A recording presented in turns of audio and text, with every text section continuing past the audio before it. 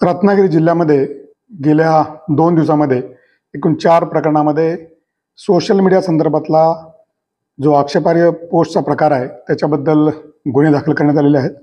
त्यातील आरोपींना अटक करून त्यांच्यावरती कारवाई सुरू करण्यात आलेली आहे.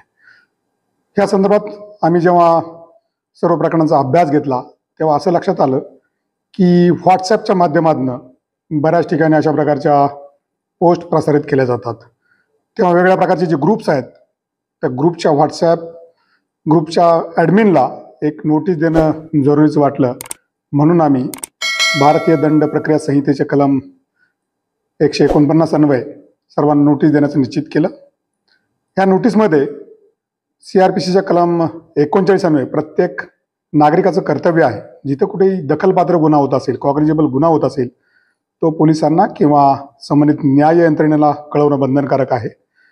त्यामुळे व्हॉट्सॲप ॲडमिनची जबाबदारी बनते की जर कोणी आक्षेपार्ह पोस्ट त्याच्या ग्रुपमध्ये टाकली ती तात्काळ पोलिसांना कळवली पाहिजे. त्या संदर्भातले नंबर, त्या संदर्भातला व्हॉट्सॲपचा नंबरसुद्धा आम्ही त्या नोटीसमध्ये सर्वांना दिलेला आहे. ते नोटीस सर्व व्हॉट्सॲप ग्रुप ॲडमिनला आम्ही यापूर्वीच प्रसारित केलेल्या आहेत.